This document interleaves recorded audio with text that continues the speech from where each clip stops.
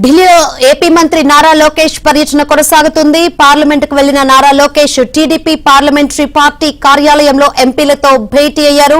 మరి కాసేపట్లో కేంద్ర మంత్రులు అశ్విని వైష్ణవ్, ధర్మేంద్ర ప్రధాన్ తో సమావేశం కానున్నారు.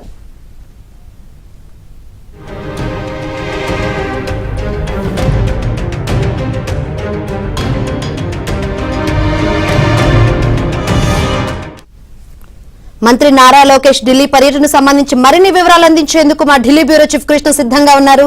కృష్ణ,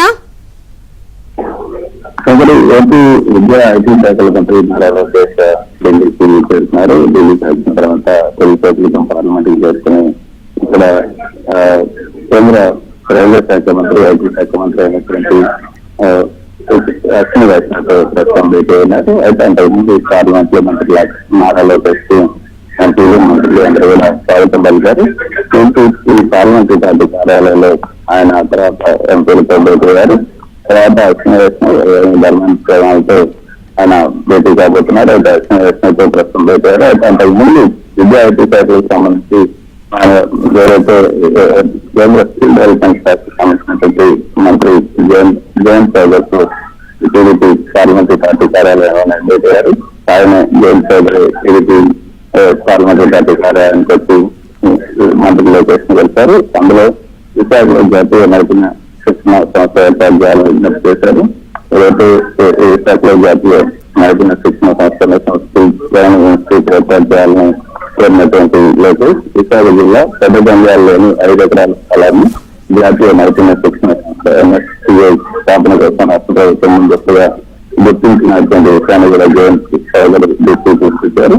ఈ సంస్థ ఏర్పాటు ద్వారా అధ్యాపక అభివృద్ధి, అదేవిధంగా పరిశ్రమ అనుసంధానిత నైపుణ్య శిక్షణ, గ్రీన్ స్కిల్స్, డిజిటల్ రూపాంతరం కోసం ప్రాంతీయ కేంద్రంగా సేవలన్నిటికే కాకుండా జాతీయ నైపుణ్య వ్యవస్థను కూడా మరింత బలోపేతం చేస్తుందని కూడా వివరించారు.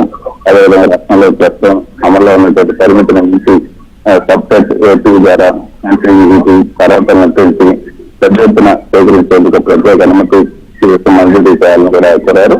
ఈ సమావేశంలో మంత్రి లోకేష్ తో పాటు కేంద్ర మంత్రి తొమ్మసాని, సహాయమంత్రి తొమ్మసాని తదితర ఎంపీలు కూడా పాల్గొన్నారు.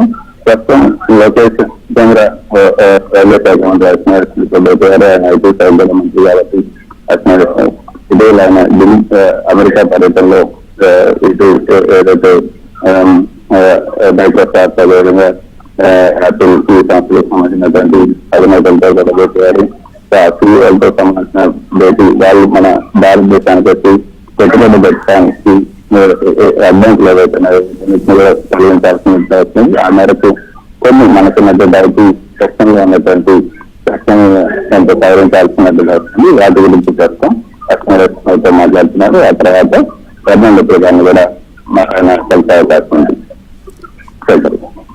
Right, thank you Krishna.